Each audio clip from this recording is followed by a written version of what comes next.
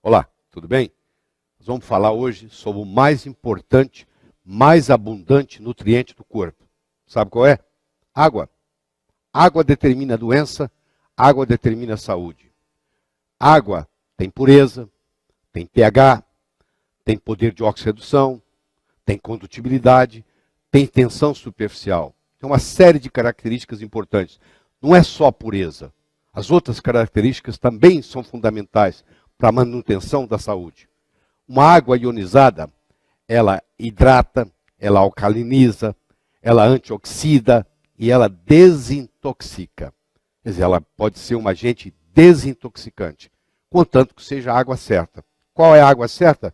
Você tem que procurar uma água, uma fonte de água ionizada. O médico em geral não entende de água.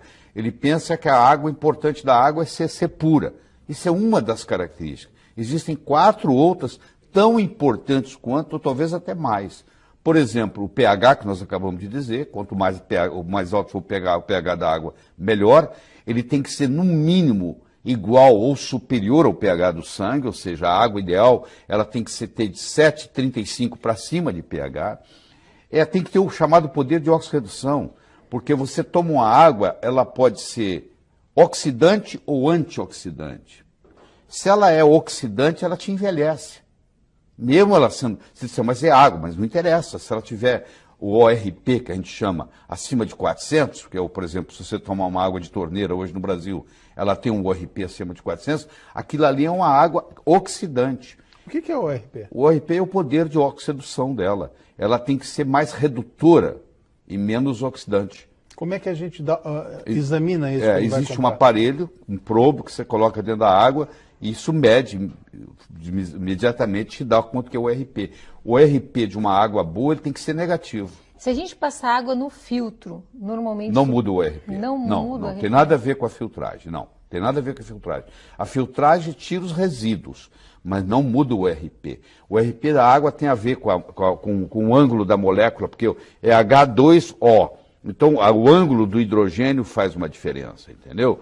E hoje existem aparelhos, eu inclusive busquei um meu em Hong Kong, fui buscar um para minha casa, onde você pega a água de torneira, passa por esses chamados ionizadores, e quando sai do outro lado, sai uma água não só com pH de 10, mas sai com poder de redução de menos 200. Quer dizer, essa é a parte boa da coisa, ele se torna um antioxidante. É como se você estivesse ingerindo um antioxidante. Mas tem outras coisas muito importantes. Por exemplo, a condutibilidade da água faz uma diferença enorme.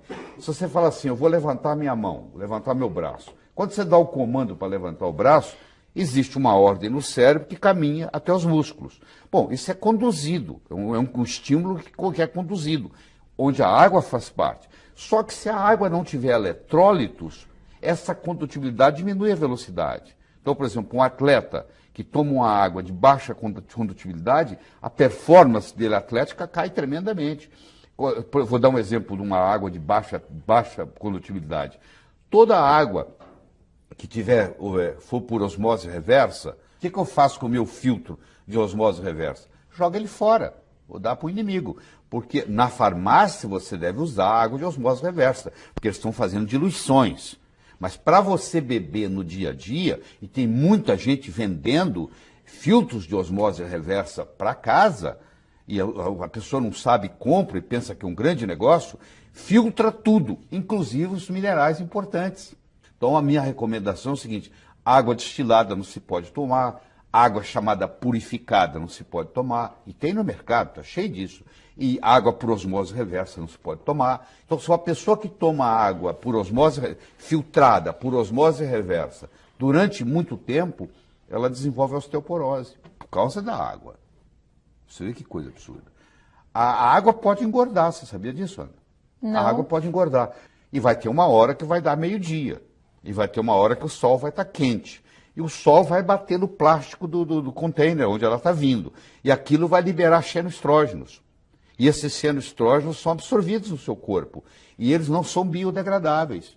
Então, por incrível que pareça, a melhor água é aquela cuja fonte está mais perto de você. Porque os xenoestrógenos estão contaminando. Além disso, tem a tensão superficial da água, que aí depende muito do ângulo. Ele muda o ângulo do H2O. do hidrogênio. E quando ele muda esse ângulo, a tensão superficial diminui. Você imagina lá num capilar, Guilherme, onde quase que a água tem que subir contra a gravidade. Porque chega uma hora que ela tem que ir no capilar. E o capilar, às vezes, é contra a gravidade. Quanto mais baixo for a tensão superficial dessa água, mais ela vai subir. Por incrível que pareça, existe água que desidrata. Olha que paradoxo. Porque a tensão superficial dela é tão alta que, ao invés dela contribuir para a hidratação, ela puxa o que está lá.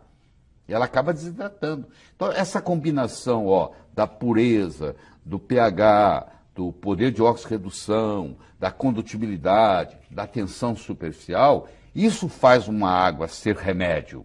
Existe um hospital em Tóquio, no Japão, onde o tratamento é feito com água. A pessoa está com câncer, ela interna, o único remédio que eles dão é o chamado Kangen. O telespectador pode entrar no YouTube, digitar Kangen, Kangen Water, e ele vai ter lá uns 20 filmes importantes no YouTube explicando o que é uma água medicinal, do ponto de vista científico. Então eles não precisam dar remédio, eles curam porque o pH é alto, a condutibilidade é boa, a tensão superficial é baixa, o ORP é negativo, aí você está tomando uma água que é remédio.